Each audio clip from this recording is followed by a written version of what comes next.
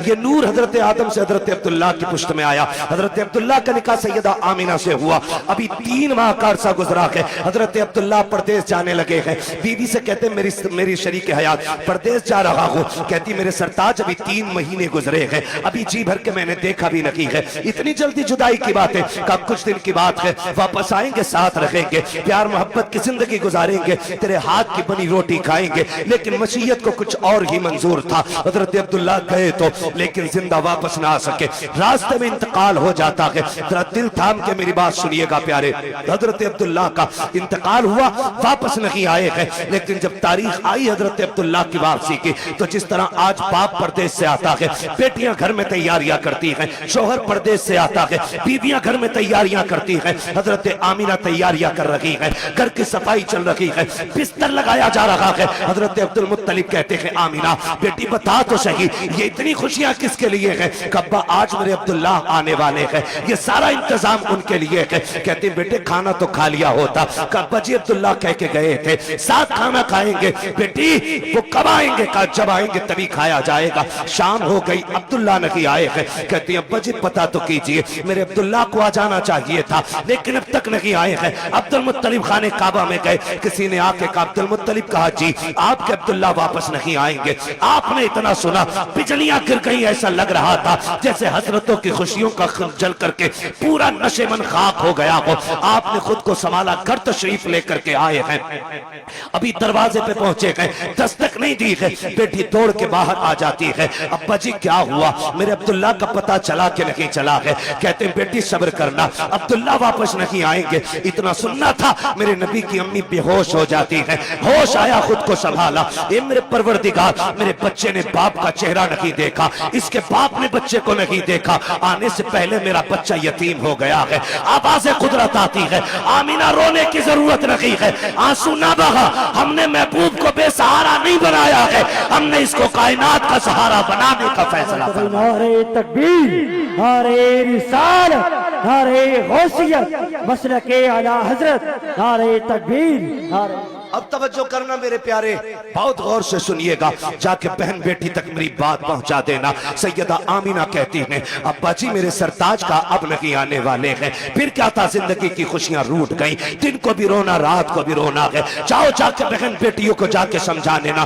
पर खबरदार ससुराल जाना हो, कभी शोहर के खिलाफ आवाज ना उठाना, कभी उसके लिए हाथ उठा के बद्दुआ नहीं करना। तू नहीं जानती है तेरा शोहर कितना कीमती है। खुदा की कसम, अगर शोहर पागल भी होता है तो बीवी के लिए एक चट्टान होता है, दीवाना भी होता है तो एक सायादार दरख्त होता है। लेकिन क्या करूं मेरी कौम की बेटियों, जरा सी बात बिगड़ जाती है, शोहर सूट पसंद कर न ला सके, किचन में खड़े होके गालियां दे के कहती हो तू पलट के ना आए, तू जनाजे में लेट के आए, तू गाड़ी के नीचे दब के मर जा। ना मेरी बहन, कभी किसी शोहर के खिलाफ इस तरह की बकवास ना करना। तू नहीं जानती है ये जिस दिन सफेद कफन में लिपट जाएगा उस दिन कोई इज्जत देने वाला नहीं मिलेगा। आज जिसके लिए मौत मांग रही है, अगर ये मर गया कोई तुझे चैन की रोटी तक नहीं देगा। जिसके लिए तू कहती है कि तू पलट के ना आए, तुझे क्या पता है आज तेरे दुपट्टे के जो रंग है इसी शोहर की वजह से है, सोने के जो कंगन है इसी शोहर की वजह से है, घर में जो तेरी हुकूमत चल रही है शोहर की वजह से चल रही है। अगर तुझे 10 बेटों पे गुमान है तो होश के नाखून ले। हमने उन माओं को देखा है जिनके घर में 12 बेटे हैं और जब तक बाप था माँ की मर्जी के बगैर एक पत्ता नहीं हिलता था। लेकिन जिस दिन से बाप गया है आज कोई माँ से रोटी को नहीं पूछता है तूने खाई के नहीं खाई है। अगर तुझसे शौहर की अनबन है तब भी इसके लिए मौत ना मांगना, अल्लाह तौफीक दे और ये परदेश जाने लगे तू मुसल्ला बिछा दे, सजदे में सर रख, दुपट्टे की झोली बना और कह मेरे परवरदिगार मेरा सरताज बाहर गया है, मैंने बेसहारा नहीं भेजा है, तेरी रहमत का सहारा दे दिया है। ए मेरे परवरदिगार मेरे शौहर को सलामत रखना, सुहागन छोड़ के गया है, सुहाग के जोड़े में मिलाना, रो के रब से कह खुदा की कसम तू रब को आवाज दे। मेरा दिल कहता है अगर रब ने सुन ली तो मौत भी उस वक्त तक जुदा नहीं करेगी जब तक परदेश से तेरे शौहर की तेरी मुलाकात नहीं हो जाए। सुभान अल्लाह, सुभान अल्लाह, सुभान। लेकिन सुनो जमींदारों, सुनो ठेकेदारों, सुनो अमीरों, सुनो बिगड़े हुए लोगों, उन लोगों से बात कर रहा हूं जो रुखसती के बाद बेटी की कान में कहते हैं डरिए मत, फोन कर दिए लल्ला फौरन आएगा। लिमिट में रहो, लिमिट में। किसी के बाप से बेटियां नहीं पली है, तू क्या पाल लेगा? औकात में रहा करो। मियां बीवी की अनबन हो सकती है, तुम कौन होते हो बीच में? हाँ, अगर ज्यादती कर रहा है और उसके शाहिद और गवाह हैं तो फिर बेटी को उस घर में रखना भी जुल्म है। लेकिन जरा सी बात पे उसका फोन आया और तुम पहुंच गए। पहले तलाकें कम होती थी, बुरा ना मानिएगा, तलाकें कम होती थी और तलाक की नौयत भी होती थी। जिसकी बेटी को तलाक होती थी या तो वो बाप जहर खा के मर जाता था या 8-8 दिन घर से नहीं निकलता। इतने गैरत वाले लोग थे। आज गैरत मर गई मेरी कौम की। आज बेटी को बगल में खड़ा करके बाप चीख के कह रहा डिवोर्स दे, रखनी नहीं तेरे घर में। तू कैसे बोला? वो गैरत कर, शर्म कर। बड़े बड़े बादशाहों से बेटी नहीं रखी गई, तू कौन होता रखने वाला? आज बाप तलाक के लिए खड़ा है, शर्म नहीं आती है मियां बीवी के मसले में टांग अड़ाने में? बता, तेरी बेटी ज्यादा अजमत वाली है या मेरे नबी की बेटी ज्यादा अजमत वाली है? कह रहा तुझे पता ना ये मेरी बेटी है, तू लपटंट है, मेरी बेटी है ये। और सुन, होगी तेरी तेरी, अभी उसकी बीवी है, इसलिए आप लिमिट में रहिए। तो कह रहा डरिए मत, फोन कर दिए, चाबी गाड़ी में लगी रहती है, लल्ला किक मारेगा, फट से पहुंच जाएगा। क्या करेगा पहुंच के? ज्यादा जाके थप्पड़ मार देगा, गला तो काट नहीं देगा, थप्पड़ मार देगा। शोहर के पास इतनी पावर है, उसने जहां कहा ना 3 तलाक, बेड़ा ही गरक हो जाएगा तेरा। फिर कुछ भी कर लेना, ये लौट के आने वाले जुमले नहीं। इसलिए ये ना कह हम खड़े, वो कह जो मेरे नबी ने कहा। फरमाया फातिमा, अब तक मेरी रजा की फिक्र थी, अब मेरे अली की रजा की फिक्र करनी है। ये मेरे नबी ने बेटी को कह के भेजा। कुछ भी हो जाए, मेरा अली रूठना नहीं चाहिए। और तू कह रहा डरना मत, औकात कुछ भी नहीं, 2 मिनट में अंदर करा देंगे। क्या कर लेगा अंदर करा के? बेटी का सुहाग वापस नहीं दिला सकता। और फिर कुट पिटा के बेटी वापस आ भी गई ना, तो फिर उसे इज्जत नहीं मिलेगी घर में। इज्जतों के रखवाले बने, रिश्ते बड़े अहम हैं। बेटियों को समझाओ। मौलाना आए थे, तकरीर करके गए और अपनी बीवी को डांट रहा जाके, बीवी को सुधार रहा। हमारा मुआशरा बेहतर इसलिए नहीं हो रहा कि हम ये चाहते मेरी बीवी सुधर जाए। ये कोई नहीं चाहता बेटी सुधर जाए। यहां से जाके बीवी को मत बताना, यहां से जाके बेटी को बताना कि बेटी जब तक जिंदा रहना है कनीज़े फातिमा बन के रहना। सुभान अल्लाह। मेरा चैलेंज है, जब बेटियां सवर जाएंगी तो किसी घर की बहू खराब नहीं हो सकती है।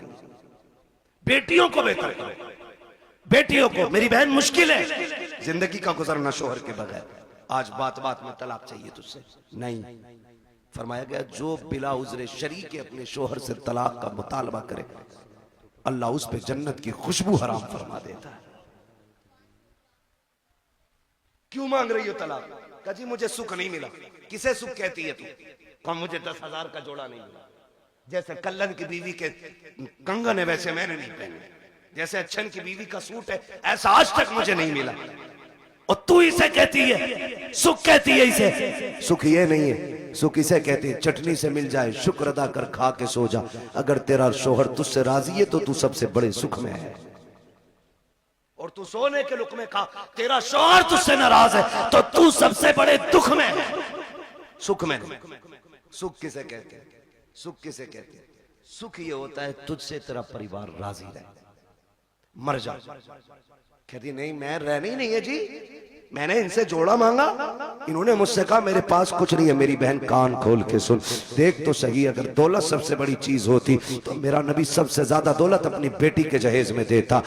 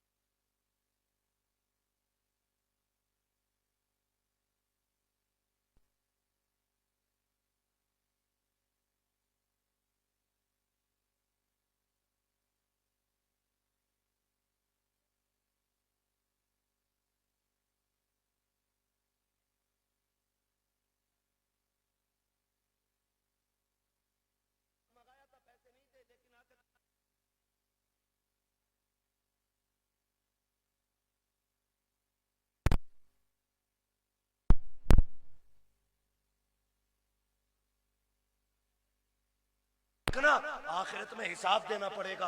खातून जन्नत ने इतना सुना, मुसल्ले का कोना छोड़ दिया, कहती है अब्बा मुझे दौलत नहीं, मुझे पैदा करने वाले रब की मोहब्बत की जरूरत है। क्या बात है भाई, जिंदाबाद। इसे सबसे बड़ी अमीरी कहते, इसे सबसे बड़ा सुख कहते। किसे कहते हैं? देवबंद मिल गया देख के दे दी, पैसे वाला था गाड़ी लाया था, यहाँ भी कुछ नहीं, आग लगे तेरे दामाद में। सीधी सी बात है। ओ भाई पैसे देख के दे दी। हुजूर ने जिसके हाथ में हाथ दिया था बेटी का, वो इतना गरीब मक्के का अली है कि जिसके पास मेहर देने का भी पैसा नहीं था, उसके हाथ में। और बेटी से क्या कहा था? फातिमा उस अली के साथ रिश्ता किया है जिस अली से बेहतर जमीन पे तेरे लिए कोई शोहर हो ही नहीं सकता। हो किधर, जा किधर? हजरत आमीना रोई, रोई सैयदा आमीना बेकरार हो गई, मालिक बच्चा आया है लेकिन बाप नहीं रहे। रोई, दुख होता है, दुख होता है। आज सदमे, अल्लाह भला करे हमारी कौम का। और एक हंगामा मैशर हो तो भूलूं उसको, सैकड़ों बातों का रह रह के ख्याल आता है। हमसे कहा गया सारे मौजूआत पे थोड़ा थोड़ा बोल लेना।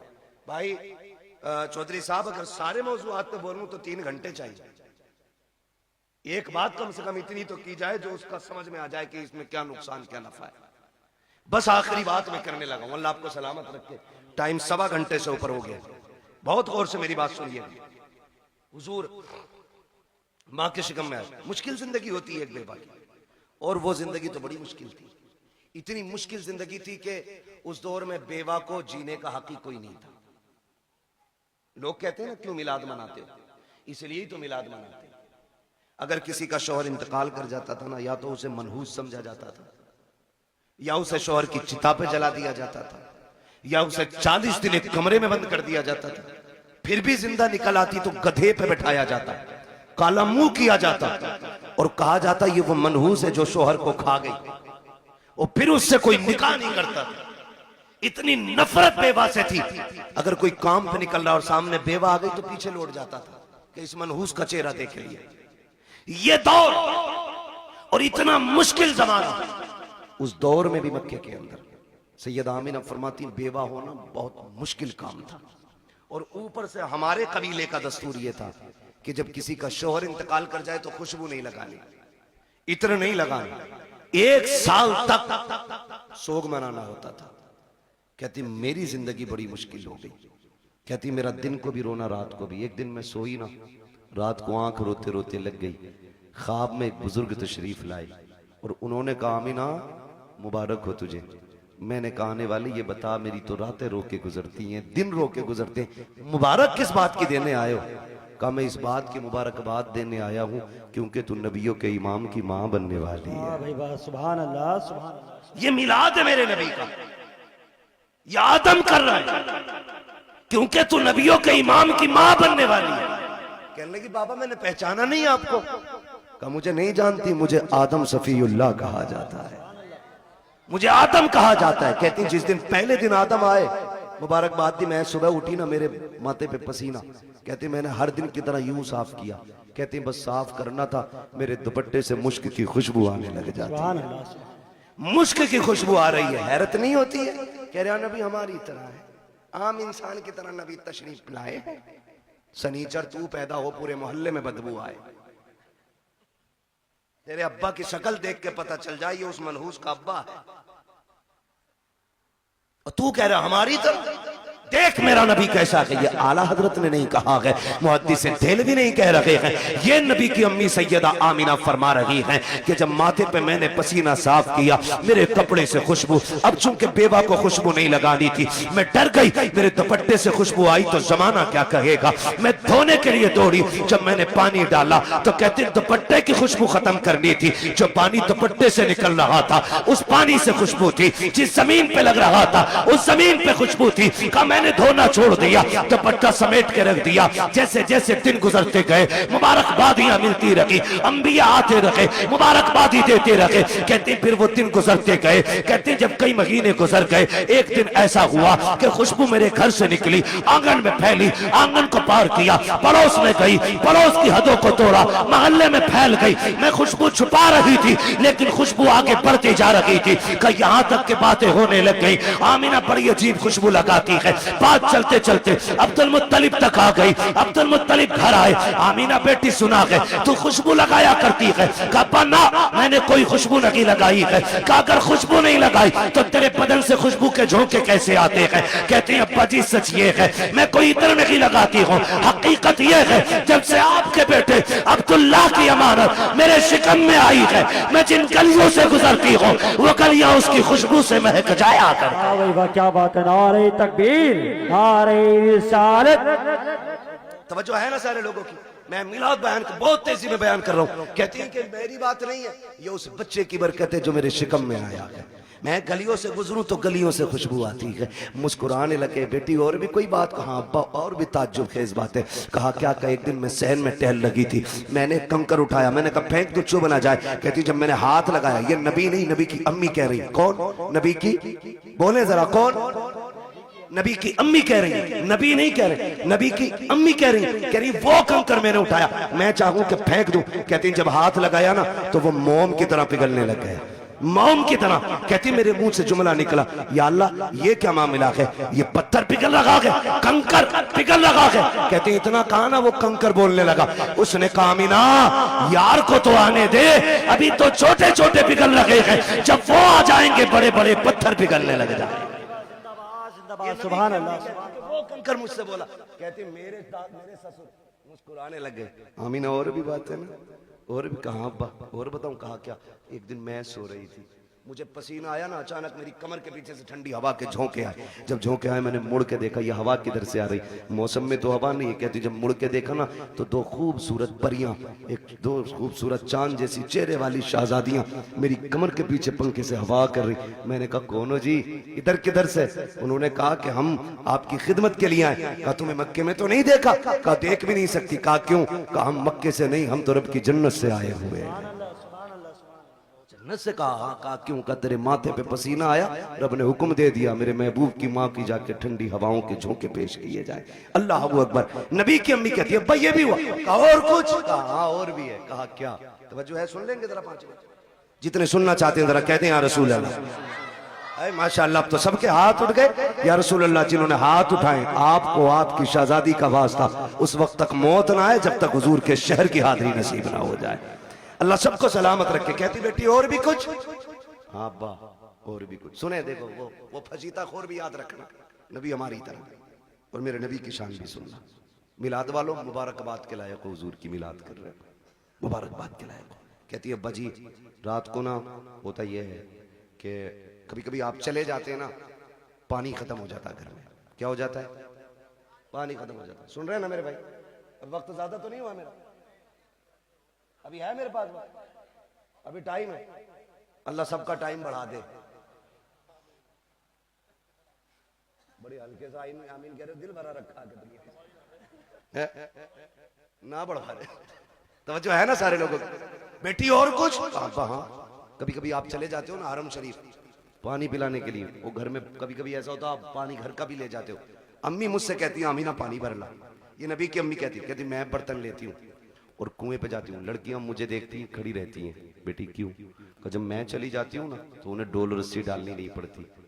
क्या मतलब? अब्बा मैं जाती हूँ और मैं कुएं के किनारे खड़े होती हूँ और झांकती हूँ ना तो पानी छलांगे मार के किनारे पे आके खड़ा हो जाता है, किनारे पे आके खड़ा हो जाता है। अब्बा जी सब यूं बर्तन भर लेती हैं, किसी को रस्सी डोल की जरूरत नहीं पड़ती। बेटी फिर तुम?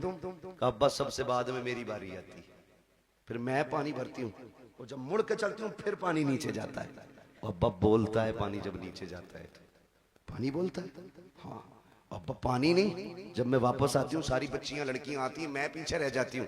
तो जब मैं चलती हूँ ना तो जो बड़े दरख्त हैं वो भी सजदे में गिर जाते हैं, जो छोटे पौधे वो भी गिर जाते हैं। अब्बा पत्थर भी बोलते, कंकर भी बोलते। बेटी क्या बोलते? अब्बा जी वो बोलते मैं सुनती हूँ। तो अब्दुल मुत्तलिब कहते हैं बेटी तुम उनकी आवाज सुनती हो? कहा हाँ। उनकी बोली समझ लेती हो? कहा जी अब्बा समझ भी लेती हो।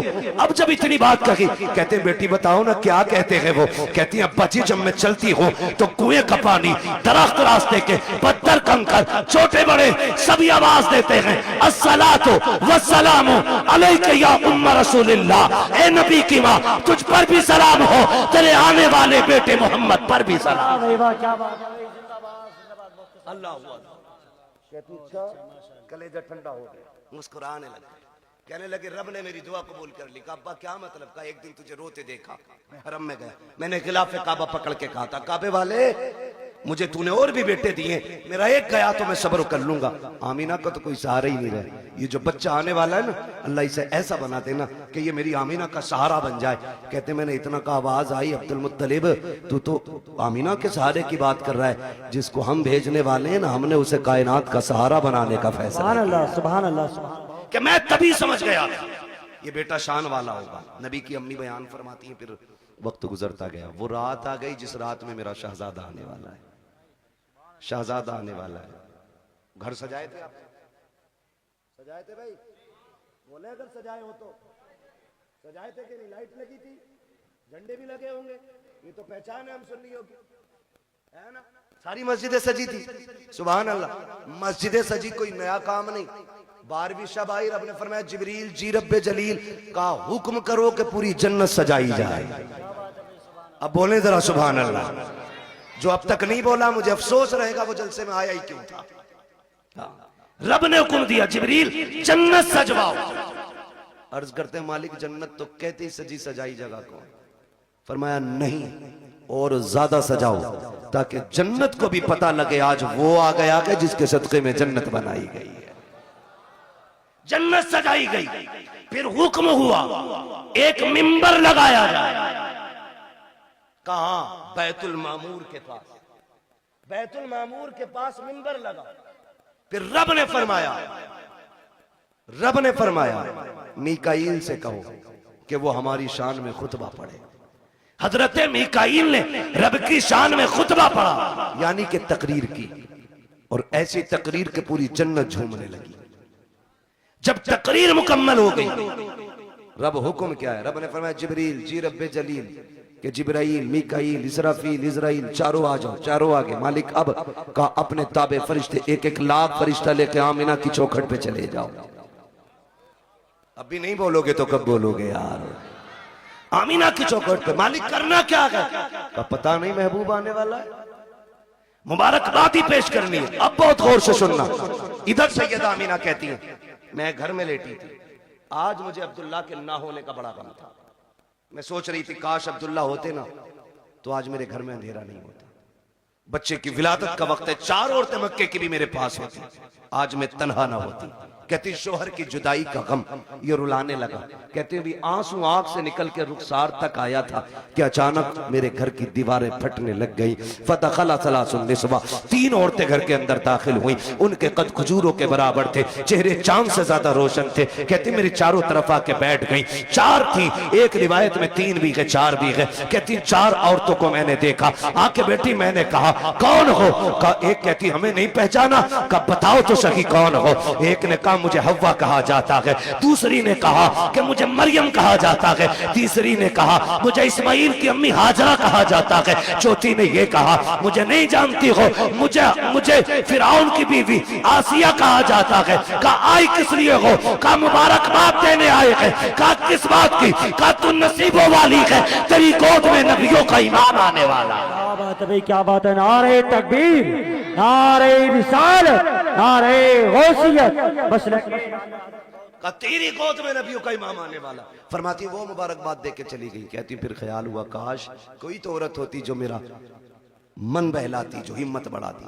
कहती अचानक मेरे घर में रोशनी फैली, वो रोशनी सर की तरफ से आ रही थी। मैंने मुड़ के देखा ना, एक चांद से चेहरे वाली खातून खड़ी है। मैंने कहा कौन हो जी, इधर कैसे आई हो? कहने लगी आमीना हम जमीन से नहीं, हम तो जन्नत से आए हुए हैं। कहा कौन हो? कहा जन्नत की हूरों की मलका हूं। आई क्यों हो? कहा रब ने तेरी दाया बना के भेज दिया है। तू जो रोई थी तन्हा है, अकेली है, कोई नहीं है। कहा तेरी खिदमत के लिए मैं हूं आमीना, बता खिदमत क्या करनी है? सैयदा कहती है मुझे दूध का प्याला पेश किया गया, आसमान के सितारे इतने करीब मेरे आंगन में आ गए, मुझे डर लगने लगा कहीं ये टूट के न गिर जाए। और वहाबी जी, और देवबंदी जी, और सहारनपुर वालों, और थाना भवन वालों, लगाओ फतवा खुदा पे। ये तो आसमान पे चमकते थे, आज नीचे क्यों आ गए? मशीयत का नकीब कहता है लगाए आसमान पे थे, लेकिन आज महबूब आ रहा है, नीचे उतार के बता दिया आज की रात की जैसी कोई रात नहीं बनाई गई। अल्लाह 12वीं शब में तारे नीचे उतार दे, पेट में दर्द नहीं होता, सुन्नी 2 चिराग जला ले, आग लग जाती है। हाँ तवज्जो है ना सारे लोग? कहती सितारे नीचे आगे मैं डर गई। कहती फिर मेरे घर में परिंदे आए, इतने खूबसूरत, कहती कुछ परिंदे हरे रंग के थे, सुर्ख चोंचे थी, कुछ ऐसे थे रंग फरिश्तों के, उनके परिंदों के सुर्ख थे, चोंचे हरी थी, उनकी चोंचों में मोती थे, मोती थे, मोती। कहते मेरे बिस्तर पे डाले, मेरे आंगन में डाले, मेरा घर नूरून अला नूर हो गया। इधर इधर की तैयारी, उधर देखो जिब्रील को हुक्म दिया लेके चले जाओ 1-1 लाख फरिश्ता आ रहे हैं। कह रहे मालिक इजाजत मिली, आने लगे तो सुनो जिब्राइल, मीकाईल, इसराफील ये आगे, इजराइल रुक गए। तुम नहीं गए? मालिक थोड़ी सी क्लियर करनी है एक बात। कहो क्या बात है? कहा मालिक ड्यूटी बड़ी सख्त है, मुझे तूने मलकुल मौत बनाया और ड्यूटी इतनी है कि मेरी ड्यूटी इतनी सख्त है कि मौत ना 1 मिनट पहले आ सकती ना बाद में आ सकती। मैं चला गया, मेरी ड्यूटी का क्या बनेगा?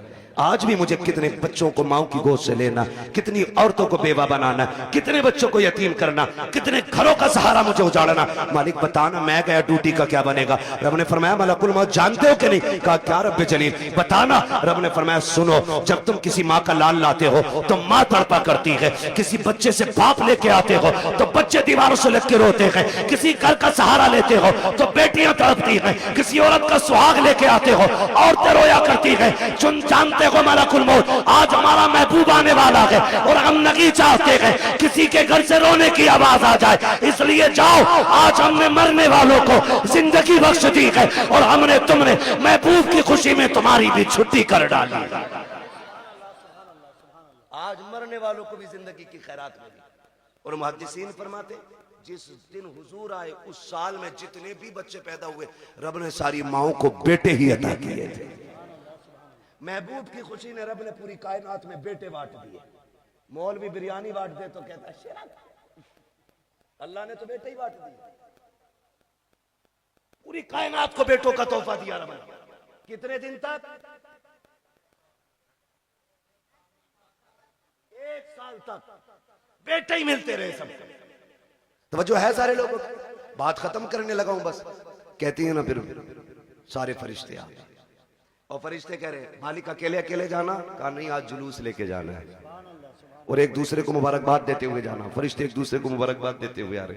इधर कहती हैं फरमाती है ना फिर मेरी बारगाह में दूध का प्याला पेश किया गया। एक प्याला पेश किया गया था कैसा? कहती है शहद से ज्यादा मीठा, मुश्क से ज्यादा खुशबूदार, दूध से ज्यादा सफेद और बर्फ से ज्यादा ठंडा।